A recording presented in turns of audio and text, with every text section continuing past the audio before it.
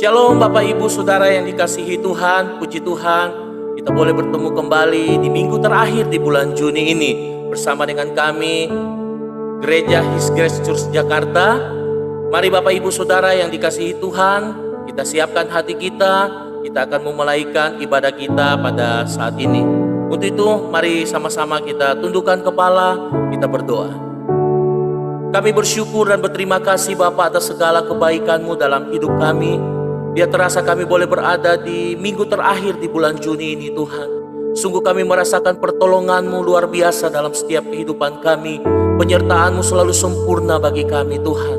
Dan saat ini kami mau bersama-sama beribadah Tuhan. Kami mau memuji dan meninggikan Engkau. Kami percaya Tuhan, Engkau ada bersama-sama dengan kami Tuhan. Dari awal, pertengahan hingga akhirnya ibadah kami. Di dalam nama Tuhan Yesus Kristus kami berdoa dan mengucap syukur. Haleluya, amin. Puji Tuhan Bapak Ibu Saudara yang dikasihi Tuhan, mari kita siapkan hati kita saat ini. Kita akan memuji Tuhan, kita akan menyembah Tuhan. Haleluya Tuhan. Terima kasih Tuhan. Engkau yang menjadi kekuatan kami selama ini Tuhan. Engkau yang menjadi perisai dalam hidup kami. Haleluya. Mari sama-sama kita naikkan pujian ini di hadapan Tuhan. Kita katakan, Engkaulah perisaiku saat badai hidup menerpaku. Firman-Mu di dalamku, kuatkan jiwaku, ku kan berdiri tengah badai dalam kekuatan yang Kau berikan. Sampai kapanpun ku kan bertahan, karena Yesus selalu menopang hidupku. Mari Bapak Ibu Saudara yang ada di rumah, saya undang kita bangkit berdiri semua, sama-sama kita nyanyikan pujian ini. Katakan, Engkaulah perisaiku. Amin. Saat badai hidup menerpaku, firman-Mu di dalamku,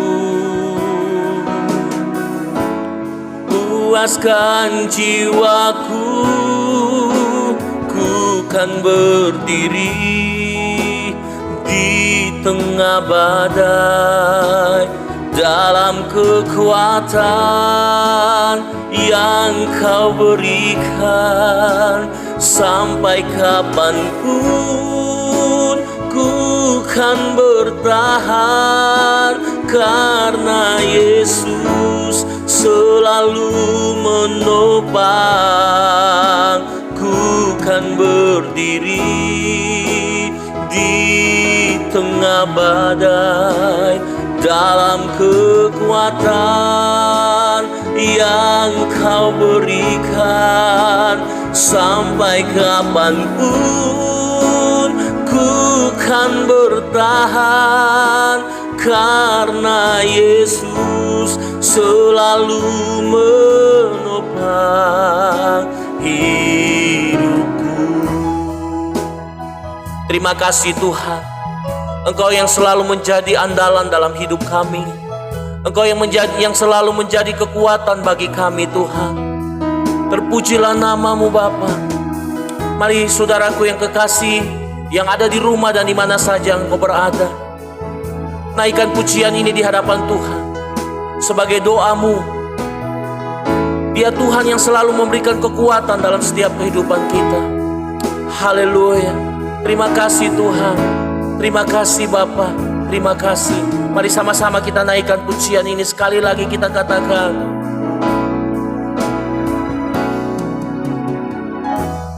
Engkaulah perisaiku Saat badai hidup menerpaku, firman-Mu di dalamku. Mari sama-sama katakan, tenangkan jiwaku, ku kan berdiri di tengah badai, dalam kekuatan yang Kau berikan. Sampai kapanpun ku kan bertahan, karena Yesus selalu menopang. Ku kan berdiri di tengah badai, dalam kekuatan yang Kau berikan. Sampai kapanpun ku kan bertahan, karena Yesus selalu. Mari sekali lagi sama-sama katakan, ku kan berdiri di tengah badai, dalam kekuatan yang Kau berikan. Sampai kapanpun ku kan bertahan, karena Yesus selalu menopang hidupku.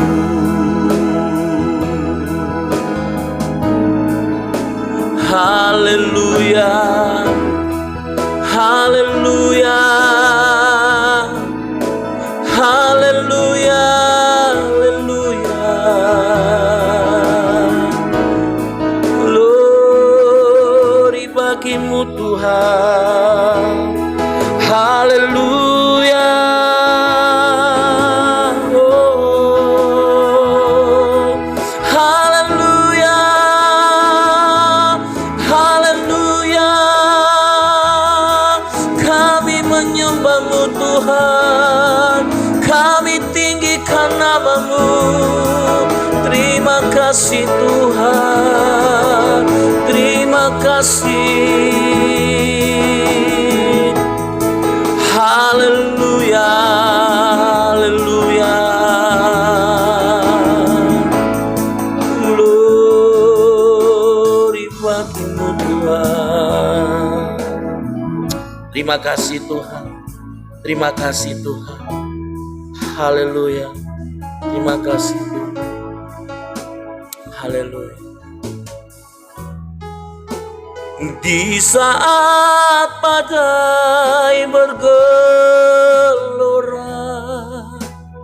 ku akan terbang bersama-Mu.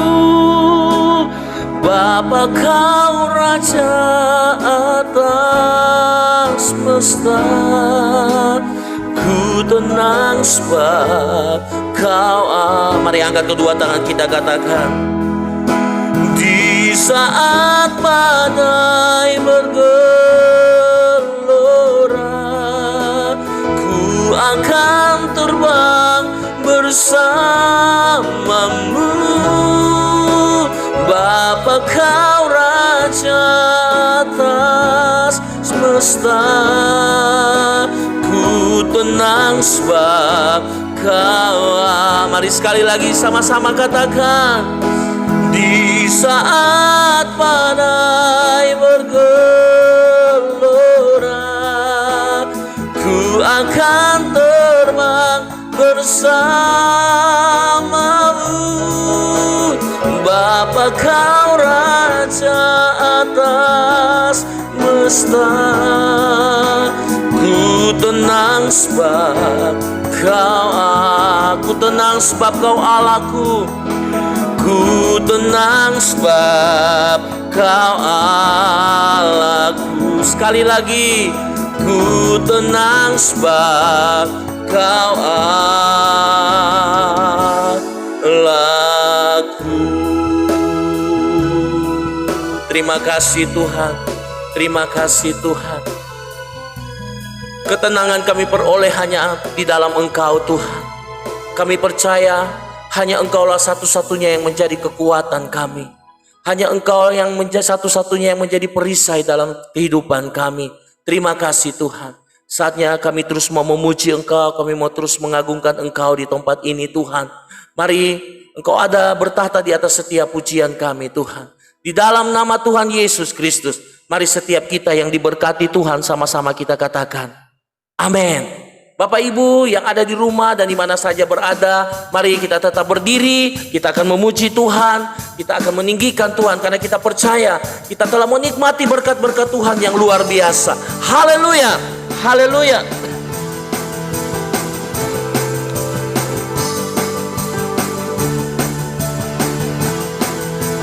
Mari sama-sama kita nyanyikan, katakan, kasih setiamu nyata bagiku, hikmat kebajikan tersedia bagiku, sebab Allah sanggup limpahkan segalanya, dan anugerahnya sangat besar bagiku. Sama-sama katakan, aku diberkati, aku dilimpahi, karena Allah sanggup untuk menyediakan. Aku diberkati, aku dilimpahi atas sempurna anugerah Tuhan bagiku. Haleluya. Mari sama-sama kita bersuka cita. Kita katakan, terima kasih Tuhan untuk kasih setiamu atas kami. Mari katakan, kasih setiamu nyata bagiku, hikmat kebajikan tersedia bagiku. Katakan, sebab Allah sanggup limpahkan segalanya, dan anugerahnya sangat besar. Mari sama-sama kita lambaikan tangan kita, katakan, aku diberkati, aku dilimpahi, karena Allah sanggup untuk menyediakan. Aku diberkati, aku dilimpahi atas sempurna anugerah Tuhan bagiku. Aku diberkati, aku dilimpahi, karena Allah sanggup untuk menyediakan. Aku diberkati, aku dilimpahi atas sempurna anugerah Tuhan bagiku. Sekali lagi Bapak Ibu Saudara katakan, aku diberkati, aku dilimpahi, karena Allah sanggup untuk menyediakan. Aku diberkati, aku dilimpahi atas sempurna anugerah Tuhan. Sekali lagi mari sama-sama katakan, aku diberkati, aku diberkati, aku dilimpahi. Allah sanggup untuk menyediakan. Aku diberkati, aku dilimpahi sempurna anugerah Tuhan bagiku.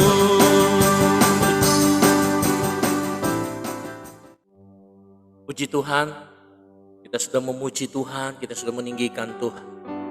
Tapi kita tahu bersama tidak cukup hanya sampai di situ saja. Saat ini kita butuh firman Tuhan yang akan memberikan kekuatan buat kita semua. Terima kasih Tuhan. Terima kasih. Kami percaya kuasa-Mu terlebih besar dalam kehidupan kami. Dan pertolongan-Mu tidak pernah terlambat dalam hidup kami. Terima kasih Tuhan. Kuasa-Mu terlebih besar,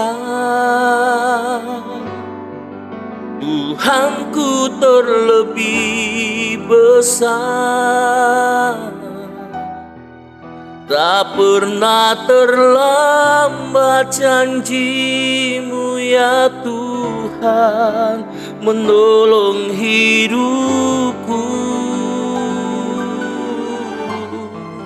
Kuasa-Mu terlebih besar. Tuhanku terlebih besar. Tak pernah terlambat janji-Mu ya Tuhan, pulihkan hidupku. Mari sama-sama kita naikkan pujian ini, kita katakan, hanya Kau Tuhan penolongku. Amin. Yang selalu setia bersamaku dan kasih-Mu Tuhan, kasih-Mu yang sanggup mengubah kehidupanku. Sungguh ku berserah, amin. Sungguh ku percaya kuasa-Mu terlebih besar. Tuhanku terlebih besar. Tak pernah terlambat janji-Mu ya Tuhan menolong hidupku. Oh, kuasa-Mu terlebih besar. Tuhanku terlebih besar. Tak pernah terlambat janji-Mu ya Tuhan, pulihkan hidupku. Mari sama-sama katakan, kuasa-Mu terlebih besar. Kuasa-Mu terlebih besar. Tuhanku terlebih besar. Tuhanku terlebih besar. Tak pernah terlambat janji-Mu ya Tuhan menolong hidupku. Oh, kuasa-Mu terlebih besar. Tuhanku terlebih besar. Tak pernah terlambat janji-Mu ya Tuhan, pulihkan hidupku. Tak pernah terlambat janji-Mu. Tak pernah terlambat janji-Mu. Tak pernah terlambat janji-Mu. Tak pernah terlambat janji-Mu ya Tuhan, pulihkan hidupku.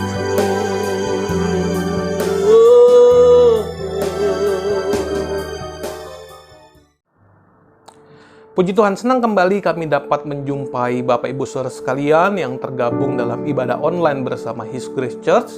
Dimanapun saudara berada hari ini, percaya bahwa kasih penyertaan Tuhan selalu bersama-sama dengan setiap kita semua. Sebelum kita masuk dalam firman Tuhan, mari kita bersatu hati, kita berdoa. Mari kita berdoa. Bapak, kami mengucap syukur berterima kasih atas setiap anugerah penyertaan Tuhan bagi setiap kami. Kami boleh bernafas, kami boleh beribadah di hari ini semua karena Tuhan. Bukan karena kuat dan gagah kami, tetapi kami menyadari semuanya karena kasih karunia-Mu semata. Terima kasih Bapak, biarlah setiap pujian pengagungan kami yang kemenakan kehadapan hadirat-Mu menyenangkan hati-Mu. Dan jikalau sebentar kami bersama-sama dengar firman-Mu, biar Engkau urapi hamba-Mu, bibir lidah hamba-Mu, sehingga setiap kata kalimat firman Tuhan memberkati setiap kami semua yang mendengarkan. Ajar kami, bukan hanya kami sekedar mengerti dan memahami, tetapi Tuhan yang memampukan kami melakukannya, sehingga melalui kehidupan kami nama Tuhan yang dipermuliakan. Terima kasih Bapa. Kami akan siap masuk dalam firman Tuhan, di dalam nama Tuhan Yesus Kristus. Haleluya. Bersama kita katakan amin. Nah, firman Tuhan hari ini saya akan mengajak setiap kita semua membuka Alkitab kita. Saudara bisa siapkan Alkitab, saudara bisa siapkan catatan saudara, saudara juga siapkan mungkin handphone saudara yang ada Alkitabnya, untuk kita bersama-sama mempelajari firman Tuhan pada hari ini yang terdapat dalam surat 2 Korintus pada pasalnya yang ke-8, ayatnya yang pertama sampai dengan ayatnya yang ke-8. Surat 2 Korintus pada pasalnya yang ke-8, ayat pertama sampai dengan ke-8. Dikatakan demikian, saya akan bacakan bagi saudara sekalian. Judul perikopnya berbicara tentang pelayanan kasih. Yang pertama dikatakan begini: saudara-saudara, kami hendak memberitahukan kepada kamu tentang kasih karunia yang dianugerahkan kepada jemaat-jemaat di Makedonia. Selagi dicobai dengan berat dalam berbagai penderitaan, sukacita mereka meluap, dan meskipun mereka sangat miskin, namun mereka kaya dalam kemurahan.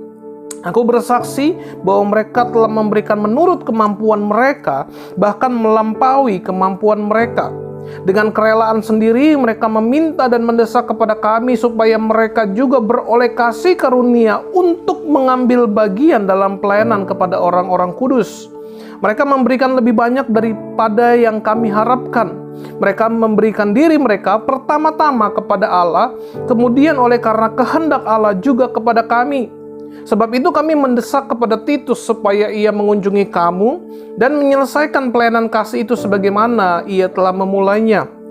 Maka sekarang, sama seperti kamu kaya dalam segala sesuatu, dalam iman, dalam perkataan, dalam pengetahuan, dalam kesungguhan untuk membantu, dan dalam kasih-Mu terhadap kami, demikianlah juga hendaknya kamu kaya dalam pelayanan kasih ini.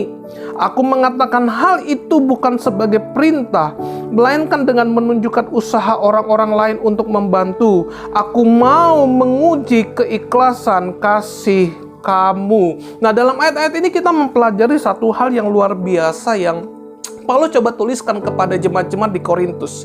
Kalau saudara perhatikan bahwa ayat-ayat ini berbicara tentang pemberian. Nah, maka itu hari ini saya akan mengkhotbahkan kepada saudara dengan judul Saat Krisis, Memberi atau Diberi. Setiap kita mungkin dalam masa-masa susah, masa-masa sulit, masa-masa krisis dalam kehidupan kita, kita rindu ada orang membantu kita. Tidak ada seorang pun yang menolak pemberian, karena pemberian itu sesuatu yang mungkin kita harapkan. Sekalipun mungkin pada saat kita sudah memiliki barang tertentu misalnya. Tapi kalau saudara mendapatkan satu hadiah tambahan, mungkin barang yang mirip dengan apa yang mungkin saudara sudah punya, saudara pasti merasa senang. Karena setiap kita pasti senang menerima pemberian. Tetapi dalam ayat ini kita mau belajar dalam kondisi krisis, dalam kondisi sulit. Apa yang harus kita pilih, memberi atau diberi? Kita melakukan sesuatu atau orang lain melakukan sesuatu bagi kita? Nah, dalam ayat-ayat ini Paulus memberikan contoh yang luar biasa mengenai jemaat di Makedonia. Yang pada saat itu kalau saudara mau melihat latar belakangnya, terjadi masalah dalam jemaat-jemaat di Yerusalem. Kita tahu bahwa Injil pertama-tama mulai dari Yerusalem, seperti Yesus katakan kepada murid-muridnya, dari Yerusalem, Yudea, Samaria, sampai ke ujung bumi. Nah, dalam kondisi jemaat Yerusalem, dikatakan Alkitab, jemaat-jemaat di Yerusalem miskin, susah, sulit. Bahkan pada saat mereka harus mempertahankan iman mereka menjadi murid Kristus, menjadi orang Kristen, menjadi orang percaya, kesulitan mereka bertambah-tambah. Bukan hanya kesulitan ekonomi, mereka pun menghadapi berbagai macam tantangan. Mereka menghadapi berbagai macam ujian, cobaan. Mereka harus mempertahankan iman mereka. Karena banyaknya penderitaan yang mereka alami, saudara. Nah, oleh sebab itu Paulus pada saat dia bertobat dan melakukan penginjilan kepada bangsa-bangsa non-Yahudi, Paulus berinisiatif untuk jemaat-jemaat di luar Yerusalem ini membantu jemaat-jemaat di Yerusalem karena kondisi mereka. Dalam keadaan mereka yang sedang krisis. Ya, satu hal yang wajar kalau kita mau perhatikan bahwa sebenarnya tidak ada hubungan jemaat-jemaat di luar Yerusalem dengan jemaat Yerusalem. Tapi karena Paulus merasa bahwa mereka adalah saudara seiman, menjadi satu kesatuan dalam kehidupan mereka yang dipersatukan di dalam Kristus, Paulus merasa wajib untuk membantu mereka yang sedang kesusahan. Tapi sebenarnya pelayanan kasih ini yang sudah Paulus gagas kepada jemaat-jemaat di Korintus sebenarnya sudah dilakukan. Saudara nanti bisa pelajari 1 Korintus pada pasal yang ke-16. Tetapi mungkin saja kenapa Paulus menuliskan 2 Korintus seperti yang kita baca dalam pasal yang ke-8 ini, mungkin saja bantuan ini tersendat, tidak lagi dilakukan, tidak lagi diberikan begitu. Makanya Paulus menghimbau kepada mereka. Paulus mengutus Titus untuk menyelesaikan pelayanan kasih ini kepada orang-orang di Yerusalem. Nah, tidak mudah bagi Paulus berbicara tentang masalah uang kepada jemaat-jemaat di Yerusalem. Jemaat-jemaat di Korintus. Tidak mudah. Kenapa? Karena tidak semua jemaat Korintus menyukai Paulus. Kalau saudara lihat di dalam 1 Korintus pasal yang ketiga, saudara akan melihat bahwa jemaat-jemaat di Korintus terpecah menjadi beberapa bagian. Mereka katakan ada yang menjadi golongan Apolos, ada yang menjadi golongan Paulus, ada juga pengikut-pengikut daripada Petrus atau Kefas. Jemaat-jemaat ini terpecah, tidak satu suara. Nah, Paulus harus berhati-hati berbicara kepada mereka mengenai pemberian ini kepada jemaat di Yerusalem. Tapi Paulus mengambil contoh adanya jemaat-jemaat di Makedonia. Kalau saudara tahu, Makedonia itu terdiri dari beberapa kota yang kita kenal dalam Alkitab. Di situ ada jemaat Filipi, ada juga jemaat Tesalonika. Mereka tergabung di dalam jemaat-jemaat atau gereja-gereja di Makedonia. Apa yang Paulus katakan dalam ayat yang pertama? Dikatakan begini, saudara-saudara, kami hendak memberitahukan kepada kamu tentang kasih karunia yang dianugerahkan kepada jemaat-jemaat di Makedonia. Selagi dicobai dengan berat dalam berbagai penderitaan, sukacita mereka meluap, dan meskipun mereka sangat miskin, namun mereka kaya dalam kemurahan. Jadi Paulus mengambil satu contoh jemaat di Makedonia yang Alkitab katakan, yang Paulus katakan, mereka bukan jemaat yang kaya dalam hal ekonomi, bukan jemaat yang melimpah dalam hal materi, tetapi Paulus menyatakan bahwa mereka sebenarnya sangat miskin. Kalau dalam Alkitab terjemahan bahasa Yunani menekankan kata mereka sangat amat miskin. Mereka miskin sekali begitu. Artinya mereka ini bukan jemaat-jemaat yang kaya raya. Golongan jemaat Makedonia adalah golongan jemaat dengan status ekonomi menengah ke bawah. Kalau saudara pelajari jemaat-jemaat di Makedonia, banyak dari mereka yang sebenarnya berprofesi sebagai veteran perang, buruh. Artinya yang memiliki gaji tidak besar, memiliki pendapatan tidak besar. Ekonomi mereka ekonomi menengah ke bawah. Tetapi Alkitab mencatat dan memberitahu kepada kita, sekalipun mereka miskin sekali, sekalipun mereka sangat miskin, namun mereka kaya dalam kemurahan. Berbeda sekali dengan kondisi jemaat di Korintus. Jemaat Korintus kaya, menengah ke atas, saudara. Bahkan jemaat-jemaat Korintus bukan hanya secara materi mereka kaya, tetapi mereka juga kaya akan karunia roh. Maka itu Paulus membahas tentang karunia-karunia roh kepada jemaat Korintus di dalam suratnya, dalam 1 Korintus pasal yang ke-12 sampai dengan pasal yang ke-14. Artinya, jemaat di Makedonia dengan jemaat di Korintus adalah sebuah perbandingan terbalik. Yang satu sangat amat kaya, kondisi menengah ke atas, yang satu kondisinya menengah ke bawah. Tapi yang Paulus catat, dalam hal pemberian, dalam hal kemurahan, mereka sangat kaya. Makanya Paulus menjadikan jemaat-jemaat di Makedonia menjadi satu contoh tentang pemberian atau tentang memberi. Bahkan dalam ayat yang ketiga, Paulus katakan begini dalam surat 2 Korintus pasal yang ke-8. Aku bersaksi, kata Paulus. Nah, kata aku bersaksi ini menyatakan bahwa Paulus tidak mendengar atau Paulus tidak mendapatkan ini dari kata orang. Tapi Paulus menyaksikan sendiri apa yang Paulus lihat. Dalam jemaat-jemaat di Filipi, Tesalonika, jemaat-jemaat di Makedonia, bahwa mereka telah memberikan menurut kemampuan mereka. Tidak berhenti sampai di situ. Bahkan melampaui kemampuan mereka. Wow, luar biasa, saudara. Mereka bukan hanya memberi menurut apa yang mampu mereka lakukan, tapi Paulus bersaksi mereka memberikan melebihi atau melampaui kemampuan mereka. Sekarang pertanyaan bagi kita, bagaimana dengan kita hari ini? Mungkin dalam kondisi seperti yang kita sedang hadapi hari-hari ini, dalam kondisi pandemi, krisis ekonomi, dampak sosial di mana-mana, dampak ekonomi di mana-mana, menyebabkan banyak sektor tumbang, menyebabkan banyak sektor mengalami krisis, saudara. Banyak mungkin jemaat-jemaat Tuhan yang mengalami hilang pekerjaan. Atau kalaupun mereka masih bekerja, mungkin mengalami pemotongan gaji, mengalami pengurangan pemasukan dan seterusnya. Semua kita mengalami masa-masa krisis. Mungkin semua kita mengalami pengurangan pendapatan yang harus kita dapatkan. Dalam kondisi yang demikian, bagaimana sikap kita? Apa yang seharusnya kita lakukan? Seringkali kita berkata, tapi Pak Pendeta, dalam kondisi sekarang bagaimana saya bisa melakukannya? Bagaimana saya bisa memberi bagi orang lain? Bagaimana saya bisa memberi bagi gereja? Bagaimana saya bisa melakukan pertolongan bagi orang yang lain? Itu yang mungkin seringkali kita perkatakan hari-hari ini. Tapi saya mau katakan kepada saudara, berbicara memberi hari ini, kita mau belajar dari satu jemaat yang disebut jemaat-jemaat di Makedonia. Mereka mungkin terbatas. Mereka mungkin kekurangan. Mereka mungkin hidup dalam kondisi yang sangat amat miskin. Tetapi Alkitab mencatat mereka kaya dalam kemurahan. Mereka melimpah di dalam kemurahan.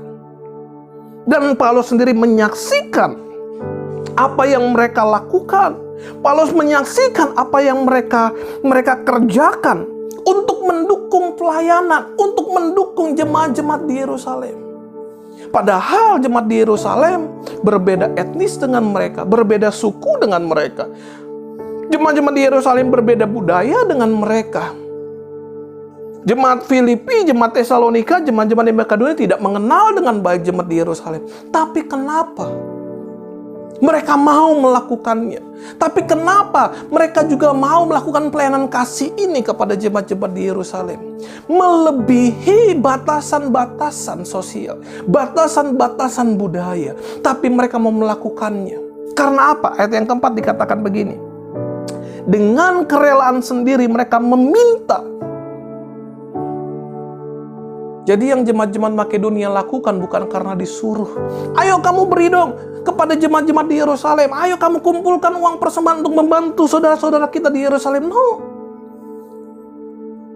Tapi justru yang Paulus katakan tentang mereka, dengan kerelaan mereka sendiri meminta dan mendesak kepada kami. Jadi jemaat sendiri yang punya respon untuk memberikan, untuk membantu jemaat-jemaat di Yerusalem. Bukan karena Paulus menyuruh mereka, bukan karena mereka takut kepada Paulus, bukan karena Paulus adalah rasul mereka dan akhirnya mereka tunduk apa yang dikatakan Paulus, bukan. Tetapi ini mereka lakukan karena sebuah kesadaran. Mereka melakukannya karena mereka merasa jemaat-jemaat di Yerusalem adalah sesama mereka di dalam Tuhan.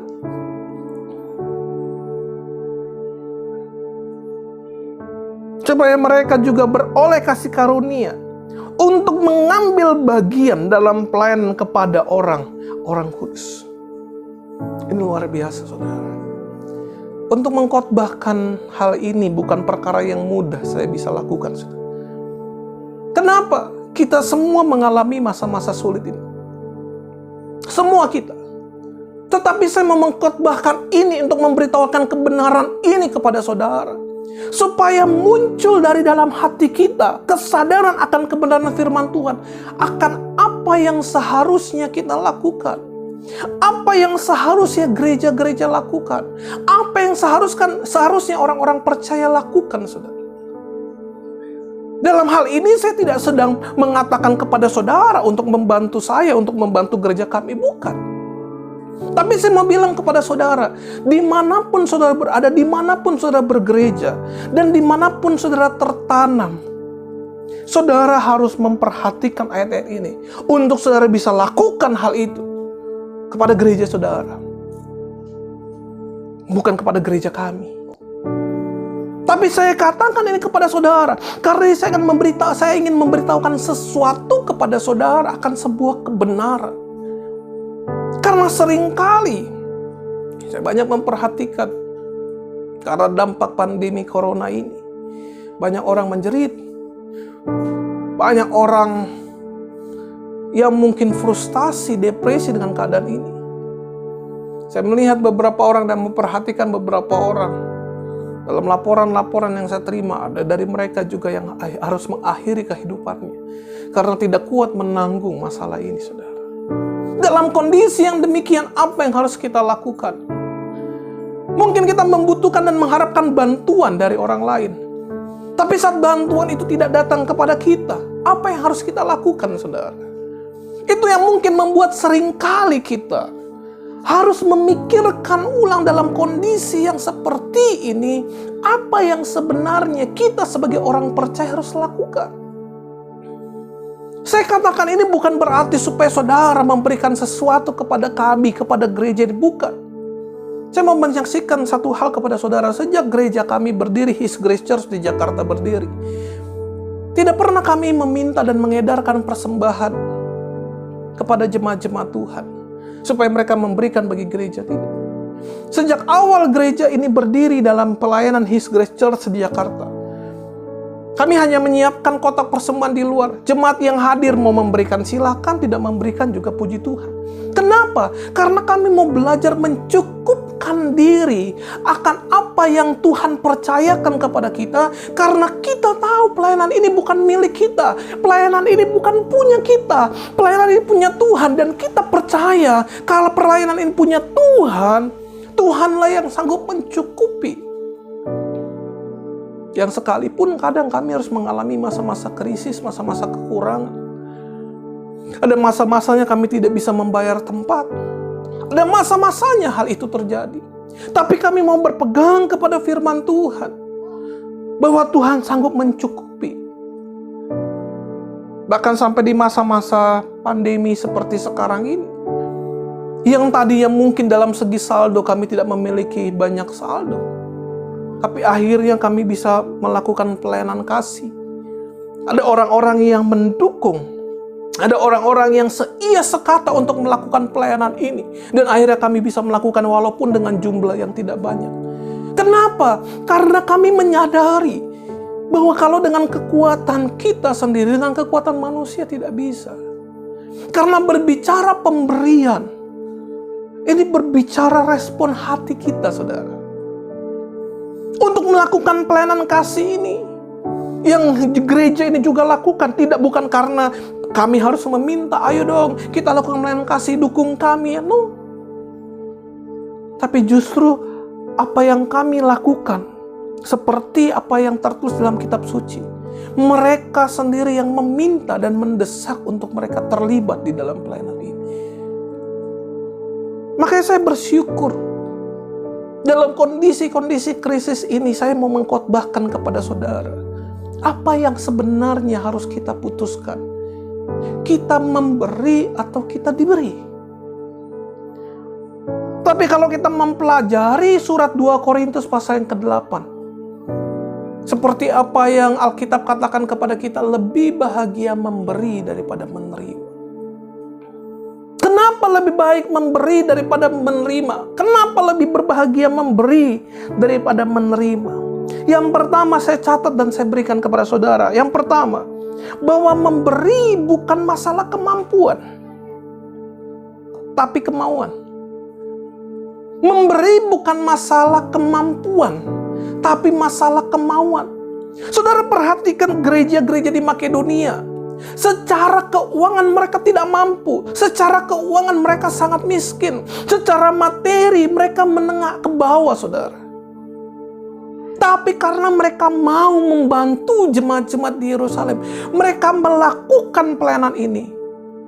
Mereka memberikan pelayanan kasih ini, sekalipun mereka tidak mengenal jemaat-jemaat di Yerusalem.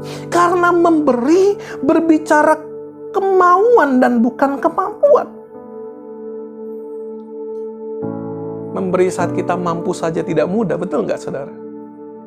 Memberi saat kita bisa memberi saja tidak mudah. Memberi pada saat kita memiliki sesuatu saja tidak mudah. Apalagi memberi di tengah kekurangan. Bukan perkara yang mudah. Makanya kalau kita pelajari 2 Korintus pasal yang ke-8, ada kesimpulannya. Memberi bukan masalah kemampuan. Jemaat-jemaat Korintus kaya raya, tetapi kenapa harus didesak juga oleh Paulus untuk menyelesaikan pelayanan ini?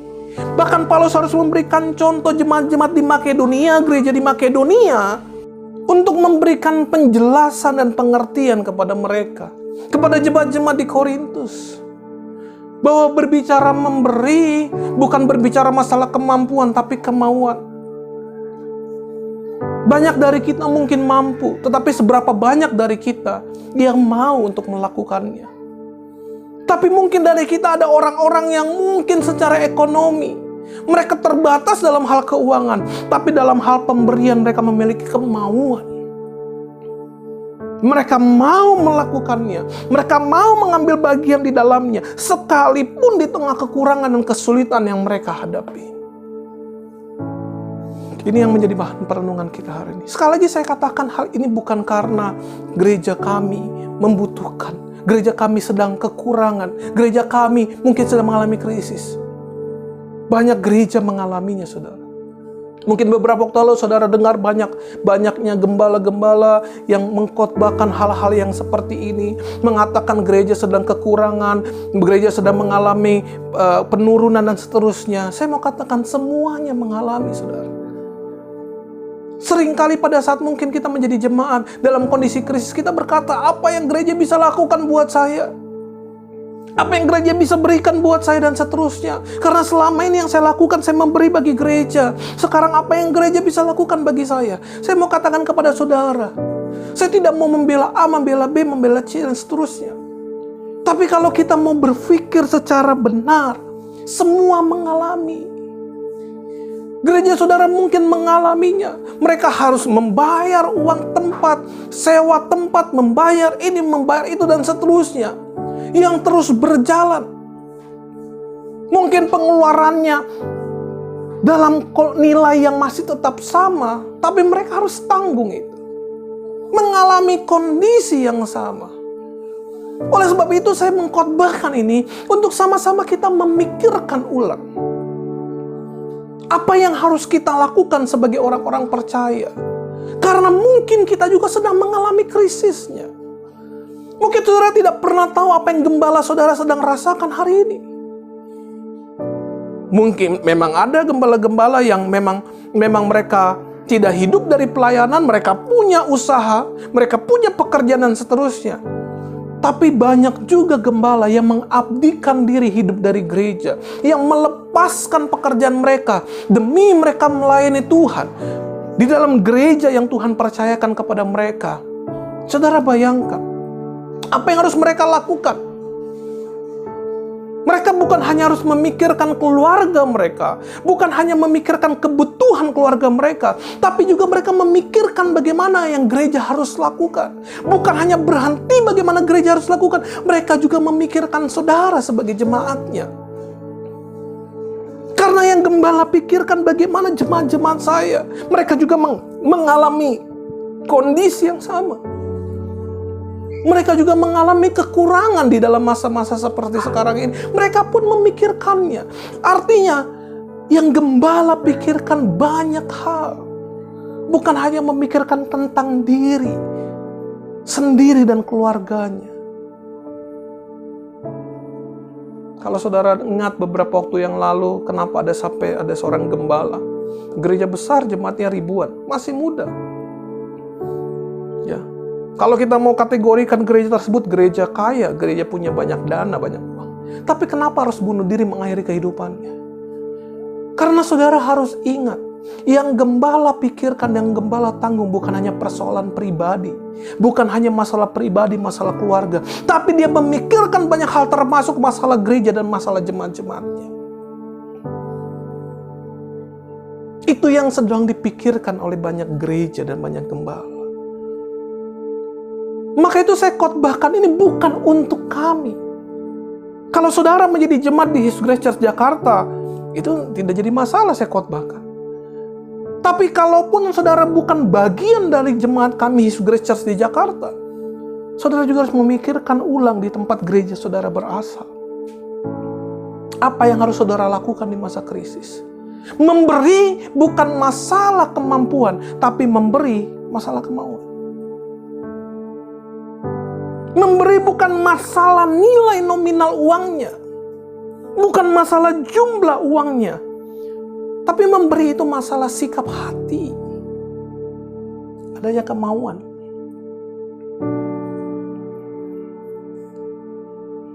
Yang kedua yang bisa saya pelajari dan bagikan kepada saudara mengenai memberi. Coba saudara perhatikan di dalam ayatnya yang ke-5. Atau ayat yang ke-4 dulu sampai ayat yang ke-5. Dengan kerelaan sendiri mereka meminta dan mendesak kepada kami supaya mereka juga beroleh kasih karunia untuk mengambil bagian dalam pelayanan kepada orang-orang kudus.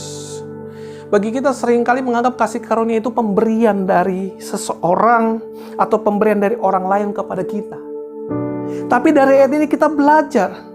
Jemaat-jemaat di Makedonia berkata bahwa mereka mendesak kepada Paulus dan teman-temannya supaya mereka juga beroleh kasih karunia untuk apa? Untuk mengambil bagian, untuk berbagi, untuk melakukan sesuatu dalam pelayanan kepada orang-orang kudus. Jadi yang kedua yang saya pelajari, bahwa memberi juga adalah anugerah. Memberi adalah anugerah. Karena anugerah bukan semata-mata kita menerima sesuatu, tapi anugerah juga berbicara kita melakukan sesuatu bagi orang lain.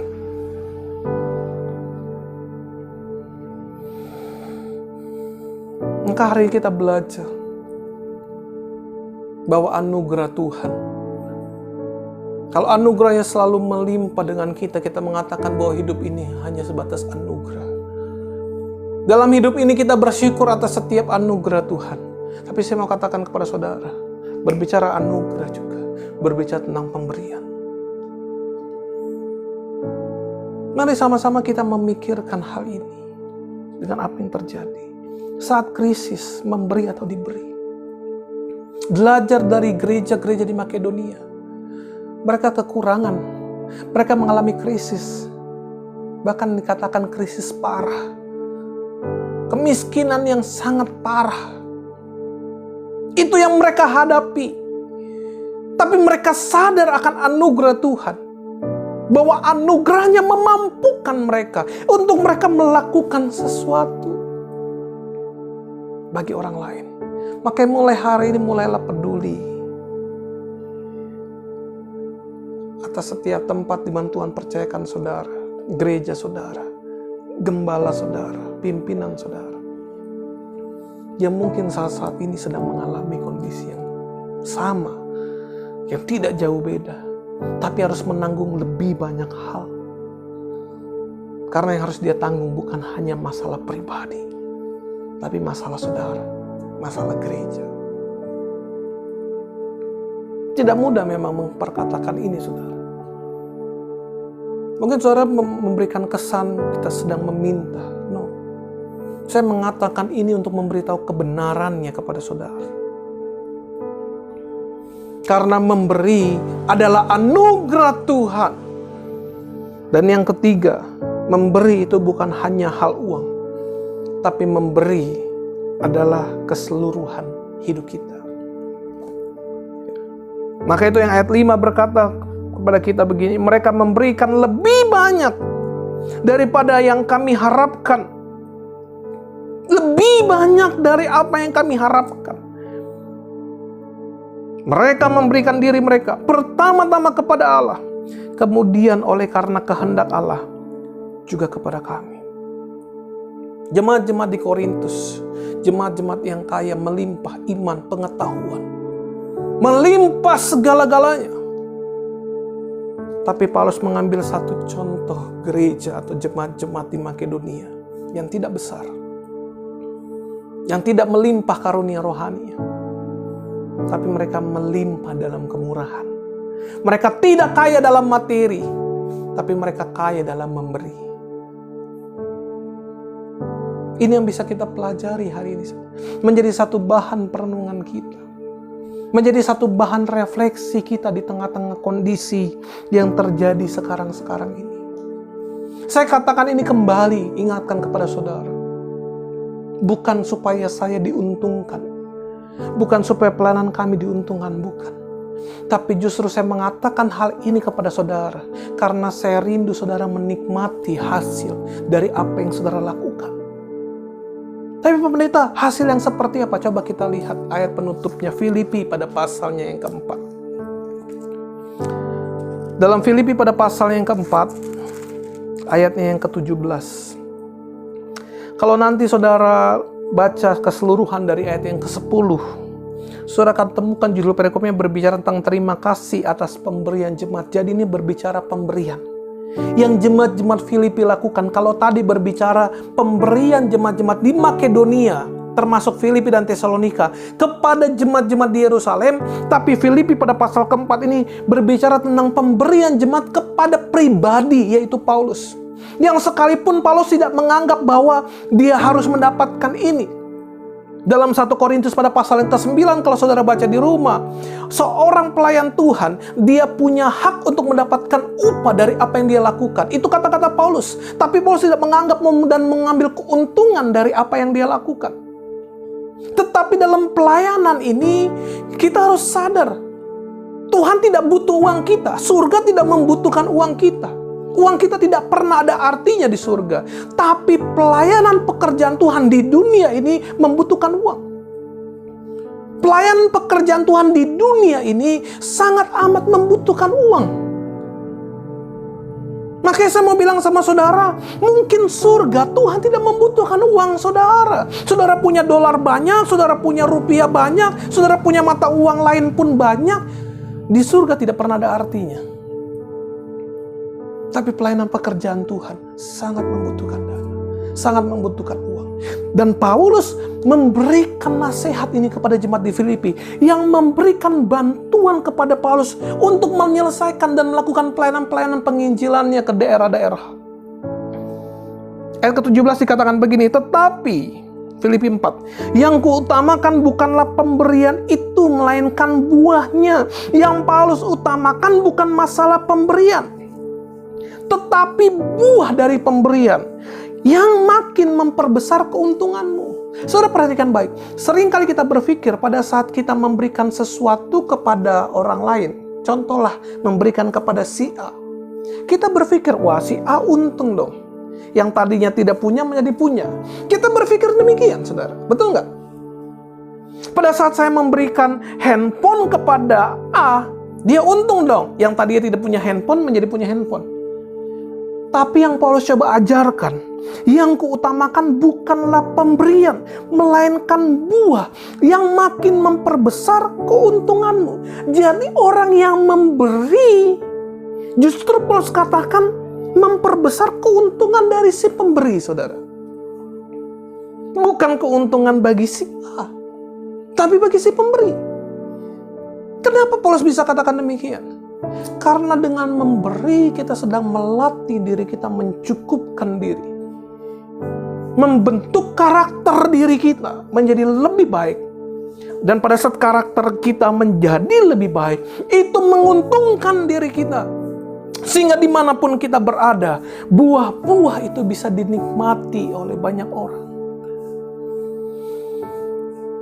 Makanya Paulus katakan selanjutnya dalam ayat ke-18, kini aku telah menerima semua yang perlu daripadamu, malahan lebih daripada itu. Jadi jemaat-jemaat Filipi dalam keterbatasan mereka, mereka juga mensupport pelayanan Paulus, bahkan memberi dalam hal yang luar biasa banyak. Aku berkelimpahan karena aku telah menerima kirimanmu dari Epafroditus, suatu persembahan yang harum. Ini berarti berbicara jumlah yang cukup banyak, suatu korban yang disukai dan yang berkenan kepada Allah. Padahal Paulus tidak mengharapkan ini, bahkan Paulus menganggap sebagai hutang piutang kepada jemaat di Filipi. Makanya Paulus berdoa dalam ayat yang ke-19, Allahku akan memenuhi segala keperluanmu menurut kekayaan dan kemuliaannya dalam Kristus Yesus. Di tengah kesusahan, di tengah kesulitan, di tengah krisis yang mereka miliki dan hadapi, mereka masih mau memberikan bagi pekerjaan Tuhan. Mereka masih mau memberikan bagi pekerjaan Tuhan, memberitakan Injil. Makanya Paulus berkata, Allahku akan mencukupi segala kebutuhanmu. Seringkali kita berpikir dan mungkin kita berdoa, Tuhan, cukupkan saya, berkati saya melimpah-limpah supaya saya bisa mendukung pekerjaan Tuhan, supaya saya bisa mendukung penginjilan, supaya saya bisa mendukung Injil disebarkan kemanapun berada. Seringkali ini yang kita lakukan, tapi saya mau katakan apa yang kita lakukan terbalik dengan apa yang jemaat Filipi lakukan. Dalam kekurangan mereka, mereka memberikan dulu bagi pekerjaan Tuhan. Makanya Paulus berdoa, Allahku akan mencukupi segala kebutuhan.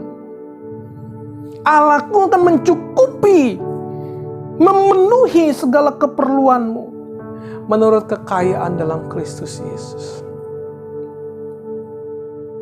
Makanya sekarang kita disuruh berpikir ulang atas pemberian, mengenai pemberian. Memberi bukan berbicara tentang kemampuan. Karena banyak orang mampu tapi tidak bisa memberi. Tapi memberi berbicara kemauan. Memberi juga berbicara anugerah. Anugerah bukan hanya berbicara apa yang kita terima, tapi apa yang kita lakukan bagi orang lain. Dan yang ketiga, memberi bukan hanya berbicara masalah uang, tapi memberi adalah berbicara keseluruhan hidup kita. Kita serahkan kepada Tuhan. Maka doa saya bagi kita semua hari ini, Tuhan yang memberikan pengertian hikmat untuk kita bisa memahami semuanya. Dan Tuhan memampukannya untuk kita melakukannya. Dalam kehidupan kita, nama Tuhan yang dipermuliakan. Mari kita berdoa bersama-sama. Tuhan Yesus, kami mengucap syukur berterima kasih atas firman-Mu hari ini. Kami menyadari banyak kekurangan, banyak kelemahan yang mungkin kami sering lakukan. Tetapi kami percaya melalui firman-Mu hari ini, kami diingatkan kembali akan apa yang harus kami lakukan. Di tengah-tengah krisis yang bangsa ini hadapi, di tengah-tengah krisis yang semua sektor alami, mungkin juga gereja kami dimanapun kami berada dan tertanam. Karena itu Bapa, biarlah Tuhan melalui firman-Mu hari ini, firman-Mu memberikan pengertian dan kemampuan untuk kami bisa melakukannya. Sekalipun di tengah krisis, di tengah kondisi sulit, kami masih bisa melakukan sesuatu bagi orang lain. Kami bisa melakukan sesuatu bagi pekerjaan Tuhan. Kami dimampukan untuk kami memberi karena kami percaya memberi adalah anugerah Tuhan. Dan kami percaya Allah kami akan memenuhi segala keperluan kami menurut kekayaan dalam Kristus Yesus Tuhan kami. Terima kasih Bapa. Berkati setiap jemaat-Mu dimanapun mereka berada. Dan jadikan mereka berkat bagi banyak orang. Dalam kehidupan mereka nama Tuhan dipermuliakan. Terima kasih Tuhan. Di dalam nama Tuhan Yesus Kristus. Haleluya. Amin. Tuhan Yesus memberkati. Puji Tuhan Bapak Ibu Saudara yang dikasihi Tuhan, kita sudah sama-sama diberkati lewat kebenaran firman Tuhan. Dan saya percaya firman Tuhan yang barusan kita dengarkan tadi itu akan menjadikan kekuatan buat kita semua. Sebelum kita masuk dalam perjamuan kudus, ada beberapa pengumuman yang perlu kami sampaikan kepada Bapak Ibu Saudara. Yang pertama, saat ini kami membuka kesempatan kepada Bapak Ibu Saudara sekalian yang rindu memberikan persembahan. Bapak Ibu dapat melakukannya dengan cara mentransfer ke nomor rekening gereja melalui bank BCA berikut ini. Atau Bapak Ibu juga dapat melakukannya dengan cara men-scan kode QR gereja melalui aplikasi OVO, Dana, Shopee, GoPay, dan lain-lain. Kami mengucapkan banyak-banyak terima kasih atas persembahan yang telah diberikan oleh Bapak Ibu Saudara. Dan yang kedua, bagi Bapak Ibu Saudara yang rindu untuk dilayani lewat Gereja His Grace Jakarta, dapat menghubungi nomor berikut ini. Mari kita siapkan hati kita kita akan masuk dalam perjamuan kudus.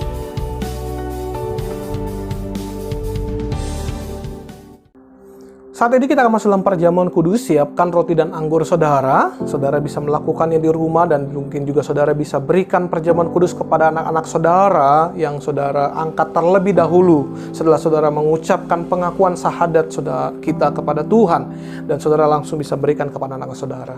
Tapi sebelum masuk dalam perjamuan kudus, ada beberapa pengumuman tambahan saya berikan kepada saudara. Setelah ibadah online ini, kami mengundang saudara untuk bergabung dalam aplikasi Google Meet Hangout bersama His Grace Church di Jakarta, di mana tempat ini menjadi satu wadah bagi kita untuk berjumpa. Kami bisa mengenal saudara, kami bisa tahu saudara, saudara juga bisa mengenal kami dan tahu kami mau menanyakan sesuatu tentang pelayanan His Grace Church di Jakarta. Saudara bisa tanyakan di dalam aplikasi Google Meet Hangout, karena kita akan berjumpa di sana. Atau juga saudara yang rindu untuk didoakan secara langsung oleh kita, oleh tim-tim kami, saudara juga bisa menghubungi kami dengan cara saudara download aplikasi Google Meet di handphone saudara, smartphone saudara. Saudara cari saja di App Store atau Play Store Google Meet, begitu nama aplikasinya. Pada saat saudara selesai download, saudara login dengan akun email Gmail saudara, secara otomatis saudara sudah terhubung ke dalam Google Meet. Setelah saudara masuk dalam Google Meet, saudara tinggal ketikkan kode meeting yang ada di bawah ini. Kode meetingnya saudara bisa masukkan. Maka pada saat saudara masuk, saudara akan terhubung masuk menjadi bagian di dalamnya. Nah, Google Meet Hangout ini kami adakan setiap hari Minggu jam 12 sampai jam 1 siang setelah ibadah ini selesai. Jadi saudara bisa sama-sama langsung bergabung untuk bisa saling mengenal kami, atau juga kami bisa berdoa bagi setiap saudara sekalian. Nah, kita akan masuk dalam perjamuan kudus. Sebelum kita masuk dalam perjamuan kudus, saya akan bacakan ayat firman Tuhan bagi saudara sekalian yang terdapat dalam 1 Korintus pada pasalnya yang ke-11 ayatnya yang ke-23 sampai dengan 24. Dikatakan demikian: sebab apa yang telah kuteruskan kepadamu telah aku terima dari Tuhan, yaitu bahwa Tuhan Yesus pada malam waktu ia diserahkan mengambil roti, dan sesudah itu ia mengucap syukur atasnya. Ia memecah-mecahkannya dan berkata, inilah tubuhku yang diserahkan bagi kamu. Perbuatlah ini menjadi peringatan akan aku. Mari kita angkat roti bersama-sama dan dengan iman kita ucapkan sebagai doa pengakuan kita sama Tuhan. Mari kita berdoa dalam nama Tuhan Yesus. Inilah roti yang turun dari surga. Inilah tubuh Yesus Kristus yang tergantung di kayu salib untuk memberikan kami keselamatan, hidup kekal dalam kerajaan surga. Kuasa tubuh Kristus membangkitkan tubuh kami di akhir zaman, sehingga setiap kami dijadikan mempelai-mempelai untuk tinggal dan masuk surga selama-lamanya. Kuasa tubuhnya menyempurnakan setiap tubuh kami hari ini, sehingga setiap organ tubuh kami yang rusak Tuhan ganti dengan yang baru. Setiap penyakit dalam tubuhku Tuhan sembuhkan. Kemanapun kami pergi, kemanapun kami melangkah, bersama keluarga, bersama anak-anak, Tuhan jaga, Tuhan lindungi. Di dalam nama Tuhan Yesus, inilah tubuh Yesus Kristus. Mari kita terima dengan iman. Inilah tubuh Yesus Kristus.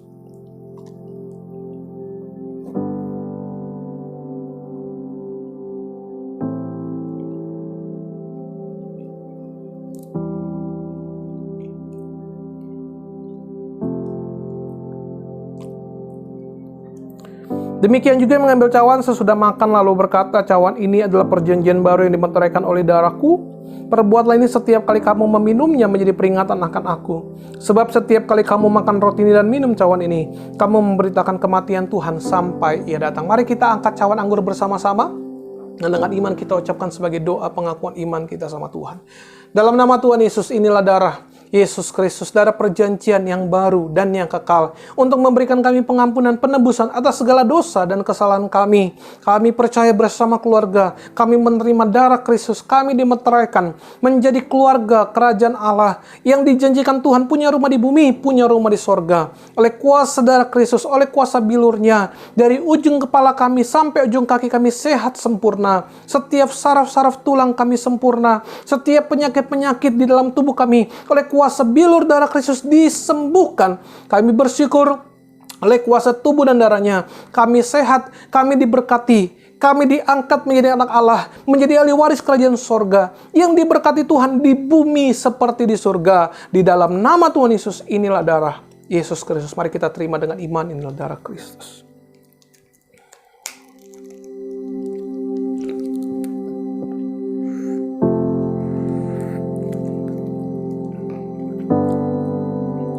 Naikkan setiap doa syukur saudara kepada Tuhan hari ini, percaya dan imani. Setiap doa-doa kita Tuhan dengar. Karena Tuhan yang berkata, barang siapa tinggal dalam aku, firman-Ku tinggal dalam kamu. Yesus yang adalah firman tinggal dalam setiap kita. Apa yang kita minta, apa yang kita perlukan dan butuhkan hari ini, Tuhan berikan bagi kita. Bapa, dengarkan setiap doa mereka. Apapun pergumulan mereka, apapun beban berat mereka hari ini, kami percaya Tuhan sudah sempurnakan semuanya.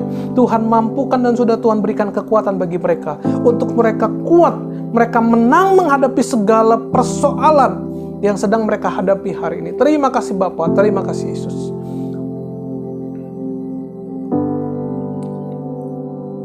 Juga Bapak-Bapak Yesus sekalian yang merindukan topangan doa, saudara bisa men-scan barcode yang ada di bawah ini. Ya, untuk saudara bisa mengisi form pokok doa untuk kami doakan saudara, pergumulan saudara secara pribadi saudara bisa sampaikan di sana, atau saudara bisa klik di browser saudara, di browser untuk mengklikkan alamat berikut ini yang ada di bawah barcode yang ada di bawah ini. Saudara bisa kirimkan semuanya kepada kami untuk kami bisa mendukung saudara dalam doa. Kita percaya doa orang benar bila dengan yakin doa akan besar kuasanya. Amin. Kita akan serahkan minyak ini, saudara yang punya minyak, saudara bisa angkat minyak saudara. Karena seperti Markus 6 ayat 12-13, mungkin kita tidak menemukan Yesus memerintahkan murid-murid menggunakan minyak. Tapi pada saat murid-murid pergi memberitakan Injil, mereka mempergunakan minyak, mengoleskan orang sakit dengan minyak, dan Alkitab katakan Tuhan sembuhkan mereka.